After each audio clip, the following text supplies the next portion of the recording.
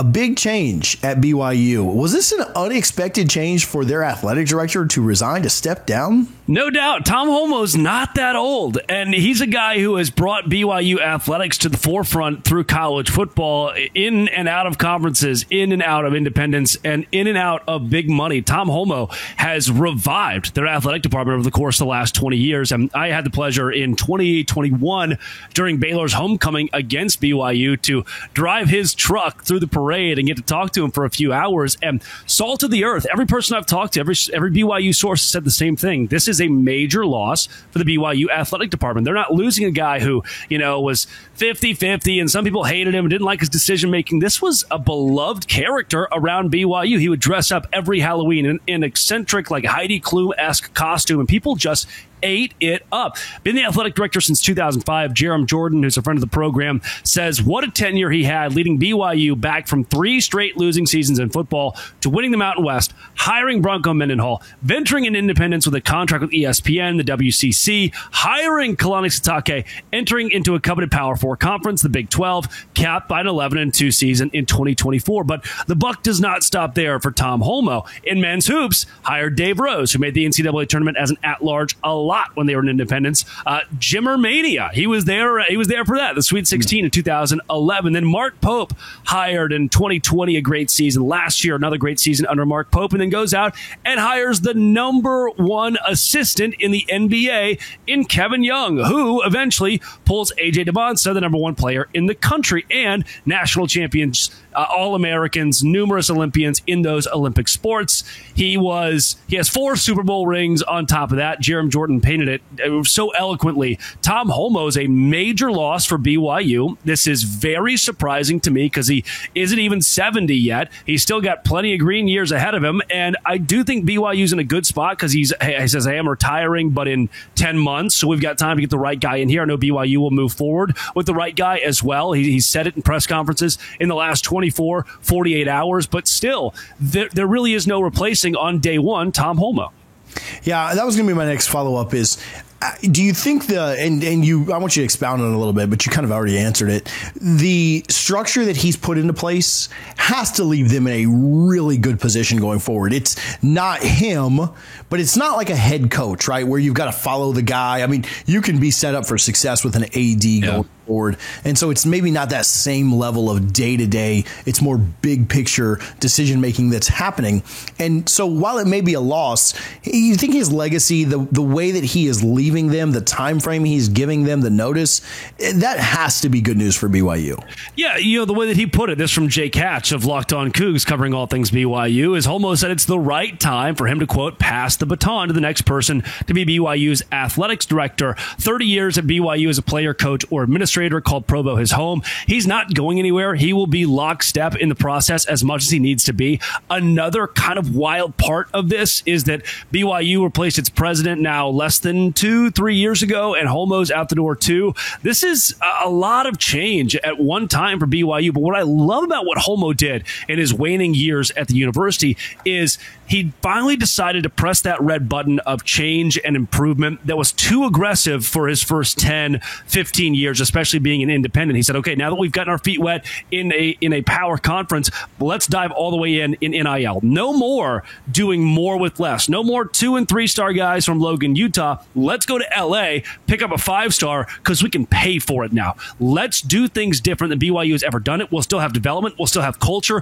but we're going to do it with the most elite collegiate athletes that come from the transfer portal and high school athletes that come from the amateur ranks.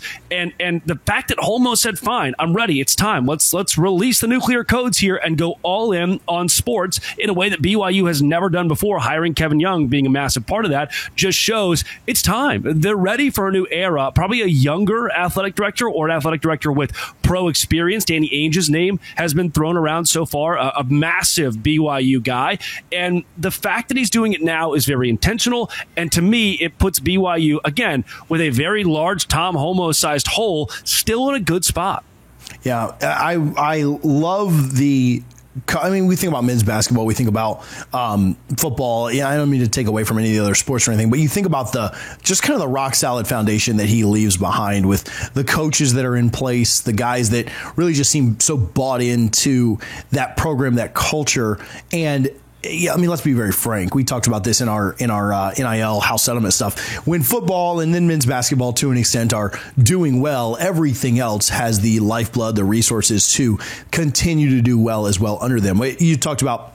All right, I meant to bring this up earlier, but I spoke with Florida State's baseball coach during the COVID stuff, right? Yeah. And in 2020, I asked, man, are you going to have a season? Like, what are you doing in the fall? And he said, I don't have any idea, and I don't care. I just need football to play, because if football plays, I'll still have a job, right? If football plays, we'll still have money coming in. But if football doesn't play, I don't care about baseball. And he's the coach. He's the head coach saying this. Now, he cared, right? But like, taking it for the context of what it was, we didn't know if we would have a season at the time that I spoke with him. And so, yeah, not to take away from the other sports, but we talked about what he's leaving behind. Satake there, the basketball, like they have, and assuming coaches stick around, right? And assuming BYU continues to pay up to have elite leaders there, that makes a new athletic director's job not easy, but certainly easier than having to hire a coach in your first year, having to turn a program around, having to figure things out than what the new guy will walk in with on day one.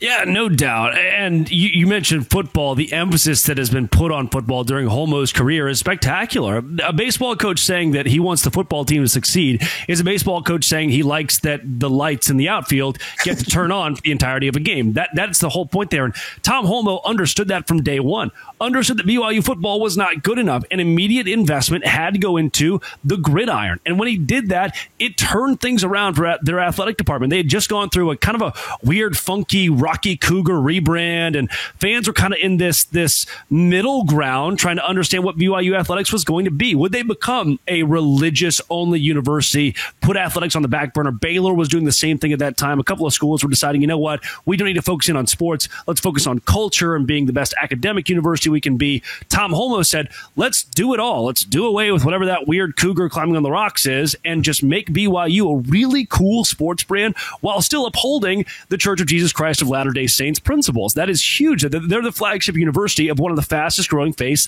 in the entire world. Holmoe had to embody that while still winning football games. He did it. And now the next guy will have BYU ties. I do think he'll be, if not younger, more energetic or more experienced than maybe other universities have a shot at. And there are plenty of alum, plenty of people who have interest in this job. They'll have no problem hiring somebody else. Again, Holmoe will be in lockstep with the athletic department in this hire. And I think BYU, if he's going to leave, it's as good a time as any, especially coming off last year's football success. The guy is walking away. They say you either die a hero or live long enough to see yourself become the villain. This guy's dying a hero today. Yeah, I love the reference to a great all-time classic movie. So, yeah. Drake, where can people follow you? Where can they find more of your work? Yeah, at LO Big 12 or at Drake Cetol on Twitter and wherever you find your podcast with Locked On Big 12.